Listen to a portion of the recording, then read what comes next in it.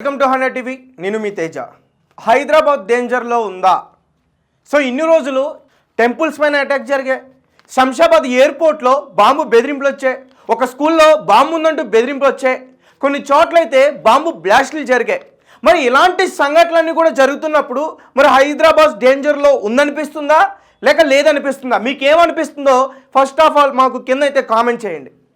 నాకైతే ఖచ్చితంగా ఉందని అనిపిస్తుంది. ఎందుకంటే ముత్యాలమ్మ టెంపుల్తో స్టార్ట్ అయింది తెలంగాణ జిల్లాలో. ముత్యాలమ్మ టెంపుల్ ఇష్యూ దగ్గర నుంచి ఈరోజు భూపాలపల్లి హనుమంతుని విగ్రహం తగలబెట్టేంత వరకు కూడా టెంపుల్స్ పైన రోజుకొక అటాక్ జరుగుతూనే ఉంది. టెంపుల్స్ని టార్గెట్ చేశారు. ముత్యాలమ్మ టెంపుల్ పైన అటాక్స్ ఒకసారి నేను ప్రతిదీ కూడా ఒకసారి డేట్ వైజ్గా మీకు ఎక్స్ప్లెయిన్ చేస్తా. మధ్యలో ఉగ్రవాదుల దగ్గర నుంచి కూడా బెదిరింపులు వచ్చినాయి అనే ఎన్ఐ అలర్ట్ ప్రకటించింది. అదంతా కూడా మీకు పూర్తిగా ఎక్స్ప్లెయిన్ చేసే ప్రయత్నం చేస్తా. ముత్యాలమ్మ టెంపుల్ అటాక్ వచ్చేసి 14/10/2024లో జరిగింది. దాని తర్వాత మహంకాళి టెంపుల్ అటాక్ దాని మరుసటి రోజే అంబర్పేటలో జరిగింది 15/10/24. ఇవన్నీ కూడా తెలంగాణలో జరిగినాయి, ముఖ్యంగా హైదరాబాద్లో జరిగాయి. దాని తర్వాత హనుమాన్ టెంపుల్ శంషాబాద్ ఎయిర్పోర్ట్ సంబంధించి ఎయిర్పోర్ట్ దగ్గరలో ఒక కాలనీలో హనుమాన్ టెంపుల్లో నవగ్రహాలన్నింటిని కూడా ధ్వంసం చేశారు. వాళ్ళు పట్టుబడ్డారు. నవగ్రహాలన్నీ కూడా ధ్వంసం చేశారు. తర్వాత చౌడమ్మ టెంపుల్, ఇది శంషాబాద్కి కొంచెం దగ్గరలోనే ఉంది. ఇక్కడ నవంబర్ 11వ తేదీన జరిగింది. ఒకసారి ఎక్కడ డేటు ఒకసారి మీరు ఫస్ట్ నుంచి ముత్యాలమ్మ టెంపుల్ దగ్గర నుంచి కూడా చూస్తే మనకి క్లారిటీ వస్తుంది. ఒక 1 వీక్ లోపు, అంటే ఇదేనా పథకం ప్రకారం జరుగుతుందా అంటే ఖచ్చితంగా జరుగుతుందని చెప్పుకోవచ్చు. ప్లాన్ ప్రకారం జరుగుతుంది ఖచ్చితంగా. మరి చేసేది అటాక్స్ ప్రతి చోట కూడా ఎవరు ఎక్కువగా ఈ సంఘటనలకి పాల్పడుతున్నారు? అన్యమతస్తులే కదా. మరి ఎందుకు వ్యవస్థలు పట్టించుకోవట్లేదు? ఒక పక్క ఎన్ఐ కూడా అలర్ట్ని ప్రకటించింది కదా, అక్కడితో ఆగలేదు. దాని తర్వాత నాగోల్లో చండీ అమ్మవారి టెంపుల్ దగ్గర శివుని యొక్క శివలింగం ఉంది. దాన్ని అపవిత్రం చేసే ప్రయత్నం చేశారు. ఒక అన్యమతస్థుడు లోపలికి ప్రవేశించి కన్వర్టెడ్ ముస్లిం అని చెప్పి, కన్వర్టెడ్ హిందూ అని చెప్పి, అతనితో పాటు కొంత దొంగ స్వాములను తీసుకొచ్చి, మరి వాళ్ళు నిజంగా స్వాములా కాదా ఈ విషయం బహుశా ఎవరికి తెలియకపోవచ్చు. కొంతమంది దొంగ స్వాములు మొన్న నాగోల్లో చొరబడ్డారండి. అక్కడికి వచ్చి ఆ శివలింగం పైన కొంచెం వేరే అపవిత్రం చేసే ప్రయత్నం చేశారు. వెంటనే అక్కడ స్థానికులు కానీ అక్కడ ఆ పూజారులు కానీ వాళ్ళందరూ కూడా చూసి వెంటనే వాళ్ళు పట్టుకుని పోలీస్ స్టేషన్లో అప్పగించారు. మరి అసలు కేసు ఏమైంది? అసలు వాళ్ళు ఎక్కడ వారు? అసలు వాళ్ళు నిజంగానే దొంగ స్వాములని పూజారులే చెప్తున్నారు. అపవిత్రం చేస్తుంటే అక్కడ నమాజ్ చేస్తుంటే వాళ్ళు పట్టుకున్నారు. ఆ క్లిప్స్ అన్నీ కూడా ఉన్నాయి. మరి పోలీసులు దీనిపైన ఎందుకు స్పందించట్లేదు? ఇన్ని రోజుల వరకు వాళ్ళకి సంబంధించి ఏమన్నా బయటకు వచ్చిందా? రాలేదు. తర్వాత భూపాలపల్లి హనుమాన్ టెంపుల్, ఇది జరిగిన 2 డేస్కి జరిగిందండి. హనుమాన్ టెంపుల్ సీసీ కెమెరాలు లేవు. ఇప్పటివరకు అసలు ఆ హనుమాన్ యొక్క విగ్రహం తగలబడిపోయింది, పూర్తిగా దగ్ధమైపోయింది మంటల్లో. దీని గురించి అడ్వకేట్స్ కూడా మాట్లాడుతున్నారు. ఎవరైనా దీన్ని పట్టించుకునే ప్రయత్నం చేస్తున్నారా? అది అసలు ఎందుకు జరిగింది, ఎలా జరిగింది? ఎవరు కూడా ముత్యాలమ్మ టెంపుల్ దగ్గర అటాక్ చేసినప్పుడు మాత్రం ప్రతి ఒక్కరు కూడా రెస్పాండ్ అయ్యారు, ముందుకు వచ్చారు, ఫైట్ చేశారు. మళ్ళీ ఆలయంలో అంటే ఫైట్ చేయడం అంటే ఎవరైతే అమ్మవారిని తన్నాడో అతని శిక్ష పడాలన్నారు. అది 2 రోజులు 3 రోజులు అక్కడితో ఆగిపోయింది.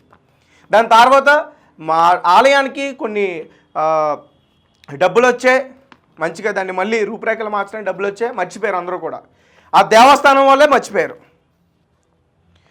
ఇవన్నీ జరుగుతున్నప్పుడే ఈ టెంపుల్స్ పైన అటాక్స్ జరుగుతున్నప్పుడే మధ్యలో ఉగ్రవాదులు ఉన్నారంటూ కూడా బెదిరింపులు వచ్చాయి. ఆ డేట్ కూడా నేను మీకు చెప్పే ప్రయత్నం చేస్తా. ఉగ్రవాదుల నుంచి మనకి హాని కలిగించే అవకాశం ఉంది. ఇప్పటికే మన హైదరాబాద్ అటు వైజాగ్లో కూడా వాళ్ళు చొరబడ్డారు. నవంబర్ 19వ తేదీ కావాలంటే ఒకసారి మీరు గూగుల్లోకి వెళ్ళి చూడండి, యూట్యూబ్లోకి వెళ్ళి చూడండి. నవంబర్ 19వ తేదీన హిజ్బా-ఉద్ హజీ అనే ఉగ్ర సంస్థ ఇటు తెలంగాణలో హైదరాబాద్లోకి ఒక పక్క ఆంధ్ర వైజాగ్లో కూడా చొరబడ్డారు, వాళ్ళ స్థావరాలు ఏర్పాటు చేసుకునే ప్రయత్నం చేస్తున్నారంటూ కూడా కొన్ని టీవీ ఛానల్స్లో రావడం జరిగింది. మన ఛానల్లో కూడా మనం దాని గురించి ఎక్స్ప్లెయిన్ చేసే ప్రయత్నం చేసాం. సంథింగ్ ఏదో నడుస్తుంది. ఒక పక్క అన్యమతస్థులు టెంపుల్స్ పైన అటాక్ చేస్తున్నారు, ఇంకో పక్క ఉగ్రవాదులు చొరబడ్డారని చెప్తున్నారు. అలాగే ఈ రెండు జరుగుతున్నాయి. ఈ రెండింటికి మధ్యలో ఇంకొకటి కూడా జరిగింది. ఒక పక్క మొత్తం ఇండియాలోనే ప్రతి ఎయిర్పోర్ట్కి కూడా ఏదో ఒక బాంబు ఉందంటూ బెదిరింపు వచ్చింది. ఎందుకు? మన శంషాబాద్ ఎయిర్పోర్ట్కి 5 సార్లు బాంబు బెదిరింపు వచ్చింది ఒక నెల వ్యవధిలోనే. మీకు విషయం తెలుసా? ఒక పక్క ఇలా టెంపుల్స్ పైన అటాక్స్ జరుగుతున్నాయి మన సౌత్లో, ఒక పక్క నార్త్లో ఏరోప్లేన్స్లో బాంబు ఉందంటూ బెదిరింపులు వస్తున్నాయి. ఒకరోజు ఢిల్లీలో బాంబ్ బ్లాస్ట్ జరిగింది. ఆ రోజే మనకు గుర్తుండి, దాని తర్వాత మర్చిపోతున్నాం. ఎన్ఐఏ అలర్ట్ ప్రకటిస్తుంది, దాన్ని ఎవరో పట్టించుకోలేదు. కనీసం పొలిటీషియన్స్ ముందుకు వచ్చి ఎవరన్నా మాట్లాడుతున్నారా? ఎవరు కూడా మాట్లాడే ప్రయత్నం చేయట్లేదు.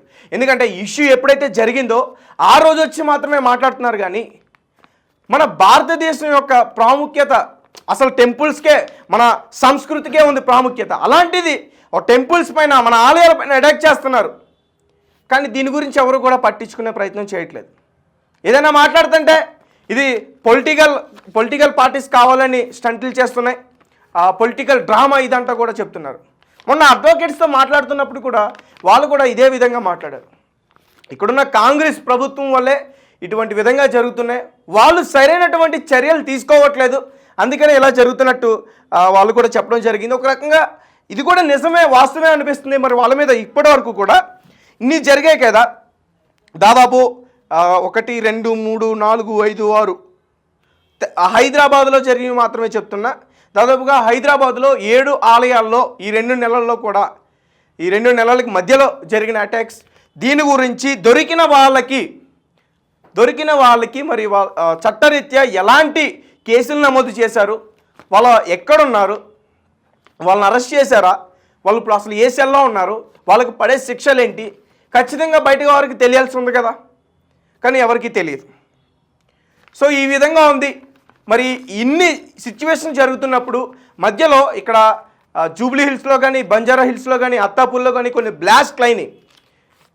ఒక చోట గ్యాస్ పేలిందన్నారు, ఒక చోట పెట్రోల్ బంక్ దగ్గర పెట్రోల్కి సంబంధించి బాటిల్ ఏదో పేలిందన్నారు. రకరకాల కారణాలు వస్తున్నాయి. అంటే ఒకేసారి హైదరాబాద్లోకి ఒకేసారి ఇవన్నీ కూడా ఎందుకు జరుగుతున్నాయి? ఒకసారి సరిగ్గా ఆలోచిస్తే కూడా పూర్తిగా అర్థమవుతుంది. మేడ్చల్లో ఒక ఆర్మీ స్కూల్లో అక్కడ కూడా ఒక బాంబు ఉందంటూ బెదిరింపులు వచ్చాయి. శంషాబాద్ ఎయిర్పోర్ట్లో బాంబు ఉందంటూ కూడా బెదిరింపులు వచ్చాయి. అసలు వ్యవస్థలన్నీ కూడా ఏం చేస్తున్నాయి అంటే ఏదో ఒక ఇక్కడ ఏదో ఒకటి దాడి జరిగితే కానీ పట్టించుకోరా? ఇవన్నీ జరుగుతున్నప్పుడు కూడా అసలు ఎందుకు పట్టించుకోవట్లేదు? పూర్తి విచారణ, పూర్తి ఇన్వెస్టిగేషన్ ఎందుకు స్టార్ట్ చేయట్లేదు? ఇప్పుడు ముత్యాలమ్మ టెంపుల్ దగ్గర జరిగిన అటాక్లో బంగ్లాదేశ్కి సంబంధించిన వాళ్ళు ఉన్నారని చెప్పారు. మరి వాళ్ళు నిజంగా బంగ్లాదేశస్తులా కాదనేది పూర్తిగా చెప్పాల్సిన అవసరం అయితే ఉంది కదా. ఇప్పటి వరకు చెప్పారా? చెప్పలేదు. అసలు ఈ వైఫల్యం ఎవరిది? అటు వ్యవస్థలది కనిపిస్తుంది, ఇటు ప్రజలది కూడా కనిపిస్తుంది. ప్రజలు 2 రోజులు మాత్రమే లేదా 3 రోజులు మాత్రమే పట్టించుకుంటున్నారు. దాని తర్వాత ఎవరి పనిలో వాళ్ళు ఉంటున్నారు. ఎవరు కూడా పట్టించుకునే పరిస్థితి అయితే ఇప్పటివరకు లేదు. ఒక అఘోరి బయటకు వచ్చిందని చెప్పేసి మొత్తం ప్రజలందరూ కూడా అఘోరి ఎవరు, అఘోరి ఏంటని దాని గురించే చూస్తున్నారు తప్ప, అఘోరి గురించే చూస్తున్నారు తప్ప, ఒక పక్క మన ఆలయాల్ని, మనం నమ్ముకున్న దేవుళ్ళని అలాంటి విగ్రహాలపైన అటాక్ చేస్తున్నారే, సనాతన ధర్మాన్ని బస్టు పట్టించే ప్రయత్నం చేస్తున్నారే. నిజానికి కొంతమంది ఇప్పటికీ కూడా ఫైట్ చేస్తున్నారు. విగ్రహాల్లో దేవుళ్ళు లేరు, అది రాయి అంతే అని చెప్పేసి చెప్తున్నారు. ఇలా తగలబెట్టడం వల్ల, ఇలా ధ్వంసం చేయడం వల్ల అసలు ఉన్న వారందరికీ కూడా ఏ రకంగా అర్థమవుతుంది? దీన్ని ఎవరు కూడా పట్టించుకునే ప్రయత్నం చేయరా? రామ్ చరణ్ గారు ఒక దర్గాకి వెళ్ళారని చెప్పేసి చాలా పెద్ద ఇష్యూ చేశారు కొంతమంది స్వాములు. అయ్యా స్వామివారు దొంగ స్వాములు అండి, నాగోలుకు వచ్చి వాళ్ళు అక్కడ అసభ్యంగా ప్రవర్తించి ఆలయంలో మొత్తం కూడా అపవిత్రం చేయడానికి ప్రయత్నించారు. అది ఎవరికి మీకు కనిపించలేదా? శివలింగానికి. ఈ న్యూస్ కేవలం మా 100 టీవీ మాత్రంలోనే వచ్చింది, మా 100 టీవీలోనే వచ్చింది, మిగతా ఏ ఛానల్లోని కూడా రాలేదు. అంటే మరి రాలేదంటే దీనికి కారణాలు ఏంటో, ఎందుకు రాలేదు? ఈ న్యూస్ ఎవరికి తెలీదా? నాకు కూడా ఒక న్యూస్ గ్రూప్లో నుంచే వచ్చింది. ఈ శివలింగం పైన కొంతమంది వచ్చి అపవిత్రం చేసే ప్రయత్నం చేస్తున్నారంటూ కూడా కొన్ని గ్రూప్లో వచ్చింది. నేను దాన్ని చూసుకుని నేను వెళ్ళి అక్కడ పూజారులతో కానీ అక్కడ పోలీసులతో కానీ మాట్లాడడం జరిగింది. ఆ రోజు పోలీసులు వాళ్ళు అతను ఎక్కడి నుంచి వచ్చాడు, ఆంధ్ర అంట, కర్నూలు అంట. నిజంగానే అతనిది కర్నూలా, ఇక్కడ ఎక్కడ స్టేట్ చేస్తున్నాడు, ఇతను ఎంతమంది ఉన్నారు, అసలు పూర్తిగా విచారణ చేసే ప్రయత్నం చేశారా? అసలు ఎక్కడికి చెందిన ప్రయత్నం చేశారా? ఇంకొక విషయం చెప్పడం మర్చిపోయాను. ఇప్పుడు ఈ వరుసగా ఈ 7 ఆలయాల్లో అటాక్ చేశారు కదా, వాళ్ళందరూ కూడా పిచ్చోళ్ళు అంట. మరి పిచ్చోళ్ళని ఎందుకు వదిలేస్తుంది బయటికి, ఎందుకు వదిలేస్తున్నారు, అసలు ఎందుకు పట్టించుకోవట్లేదు? ఇప్పటి వరకు విగ్రహాలపైన దేవుళ్ళపైన అటాక్ చేశారు. రేపొద్దున హిందూ ధర్మం గురించి ఫైట్ చేసే వాళ్ళ మీద అటాక్ చేస్తే అప్పుడు కూడా ఇదే ప్రవర్తన ఉంటుందా? అప్పుడు కూడా పట్టించుకోకుండా ఇలాగనే ఉంటారా? అంతవరకు తెచ్చుకుంటే అసలు భారతదేశంలో హైందవ ధర్మం మాత్రం ఉండదు. కాబట్టి ముందుగా జాగ్రత్త తీసుకోవాలి, బయటకు రావాలి, మాట్లాడాలి, ఫైట్ చేయాలి. Thank you for watching.